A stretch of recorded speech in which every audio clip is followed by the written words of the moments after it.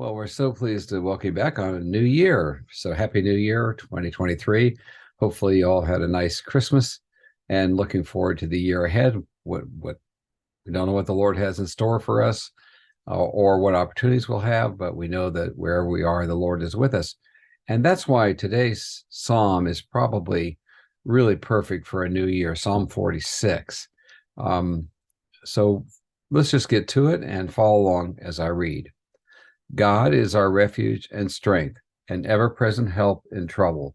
Therefore, we will not fear, though the earth give way and the mountains fall into the heart of the sea, though its waters roar and foam and the mountains quake with their surging. There is a river whose streams make glad the city of God, the holy place where the Most High dwells. God is within her. She will not fail. God will help her at break of day. Nations are in uproar. Kingdoms fall. He lifts his voice. The earth melts. The Lord Almighty is with us. The God of Jacob is our fortress. Come and see what the Lord has done, the desolations he has brought on the earth.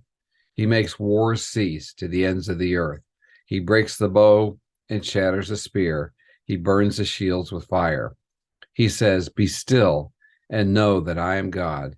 I will be exalted among the nations. I will be exalted in the earth. The Lord Almighty is with us. The God of Jacob is our fortress."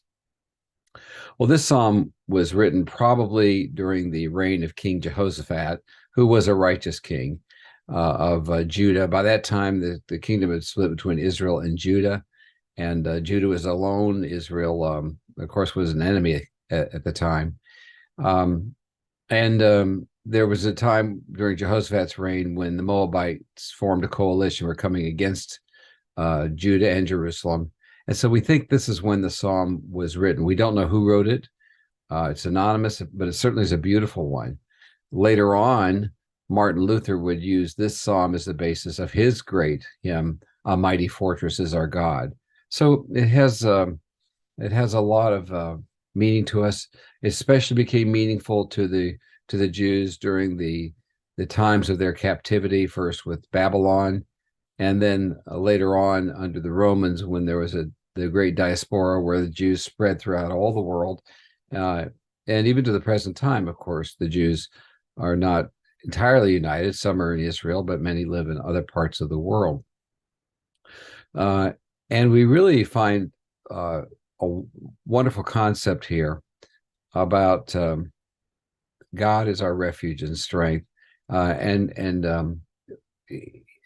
again, let's just take a look at it here and not really talk more, but I just get to it. It talks about the Lord being our refuge. And you recall that when the children of Israel went into the promised land, they were to set up refuge cities.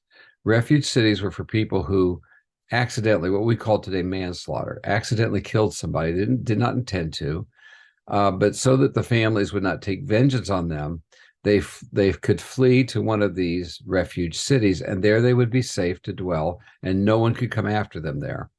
And the psalmist is saying that we have a refuge in the Lord, where someplace where we can flee and be safe. He talks about him being our stronghold, our strength, and of course, when we are fleeing, we need that place of safety, that place, that strength that the Lord alone can give, and that He is ever present. Now, the Jews sometimes, and a lot of us feel like this sometimes, felt like, well, the Lord's with me. I feel very strong that the Lord's with me. Other times it seems like the Lord is far away, that very distant, and we wonder where He is. Why is He not acting? Why is He not? Why don't I feel Him with me? And the psalmist reminds us that whether we feel it or not, the Lord is present with us, that He is near us, and especially when we're in trouble, we can know that He is there and not leaving us alone. It talks about, again, a number of things, very, very frightening things. The earth giving way, the mountains fall into the sea, the waters roaring, the mountains quaking. And so he talks about the Lord being present in a topsy-turvy world where things seem to be falling apart. Of course, they would have had the memory of Noah's flood, when all the world was covered and all the cities destroyed. And yet, although all the landmarks, all the people were gone, all of these things happened, God remained in charge. And the psalmist is reminding us of that all along.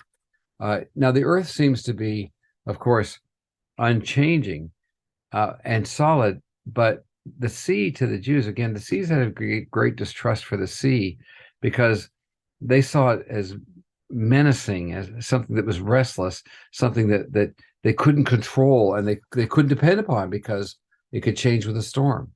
And they knew that even the earth was not always that dependable because they lived in an area where there were earthquakes and there were memories of earthquakes, or they had stories of earthquakes. And the psalmist is reminding us, even when our world falls in, the Lord is still in charge. Even though the things we think are solid and are going to hold us up, sometimes they give way, but God is present. God is there.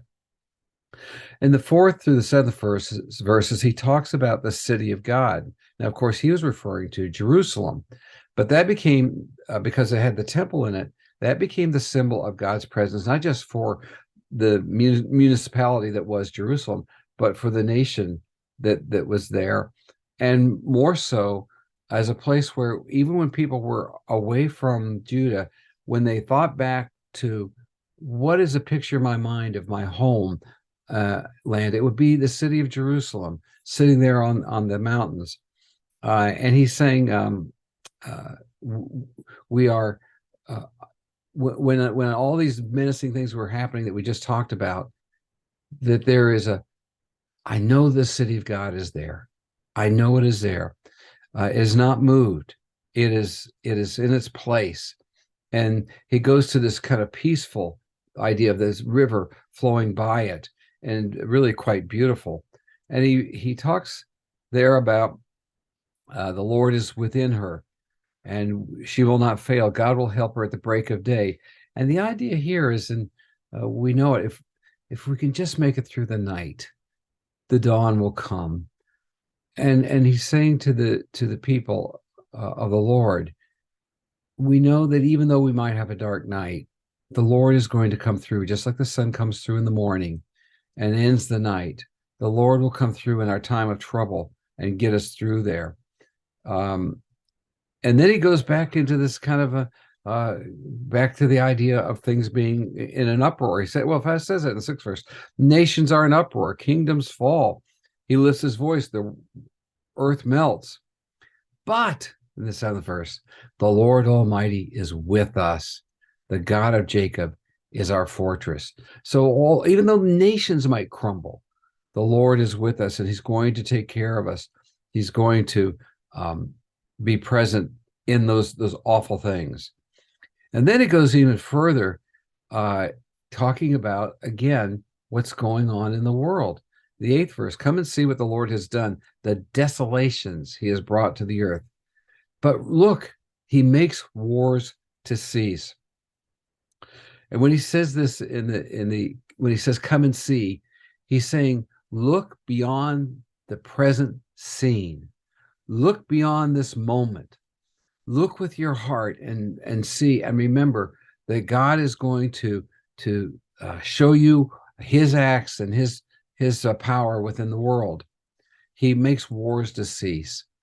Now, Israel was and Judah were constantly at war. You read that in the Old Testament, and we are constantly in war. And in the present world that we now live in, there's not just wars like in Ukraine. Of course, that's the one that's getting the headlines, but there are civil wars and all sorts of smaller conflicts going on in Africa and in other parts of Asia and so on. That there's always seems to be some conflict somewhere going on, or one about to, that we're afraid. I mean, with the war in Ukraine, we're afraid that it might spread and might become more involved. And so what the psalmist is saying to us is, the Lord makes all those wars to stop when he takes control. And this is not just a peace treaty. This is the end of the war. It's totally gone. Back during the American Civil War, we had a general called in the Union Army called General Ulysses S. Grant. He later became a president. But when General Grant was just getting started in commanding an army, He was attacking a fort called Fort Donelson, which was on the Mississippi River, and he had surrounded it, and it was going badly for the Confederates who were there in the fort. And so the general of the Confederates, who actually had been a classmate of Grant's at West Point, sent out a note and said, "What are the conditions for us to surrender?" And Grant sent back the answer, unconditional surrender. What he was saying is, you must totally surrender, put down your arms. There are no conditions. You have no right to ask for any kind of concessions because you are defeated. And the Lord is saying to the world with all of its raging is you must surrender completely. There are no conditions. We're not going to allow Satan to keep any kind of anything to himself. The Lord will be in charge. And with all these things going on, all this idea of cataclysm and so on, there is this wonderful message that comes through in the 10th verse. He says, "Be still and know I am God. Raging world, be quiet." And we think about later on when Jesus stood up in the boat, when the sea was raging, he said, "Peace, be still." And of course, all of that stopped. The raging stopped. And the Lord says to us, not just to the world. He will say to the world when he comes again and sets up his kingdom on earth. But he's saying to you now, whatever is raging within you, whatever is going on around you, be still and know that I am God. I am in charge. I know where you are. And he says, I will be exalted. And in the whatever problem you're facing now, and some of you are probably facing some pretty big ones, know that God will glorify himself by his answer in your life. But you must be still and know that he is God. And the psalmist concludes by saying, "The Lord Almighty is with us. The God of Jacob is our fortress." That is my confidence. The Lord is with us no matter what. And as we go through 2023, we remember the Lord is with us. God is our refuge. He's going to take care of his children. He knows where you are. His eye is on you right now. Jesus said, that his eye is on the sparrow. If his eye is on the sparrow and that little bird that has no earthly value, what about you? What about you, his child? And so he is going to have his eye on you. It's a confidence you can have, but know that for your part, you must be still and know that he is God. God bless you.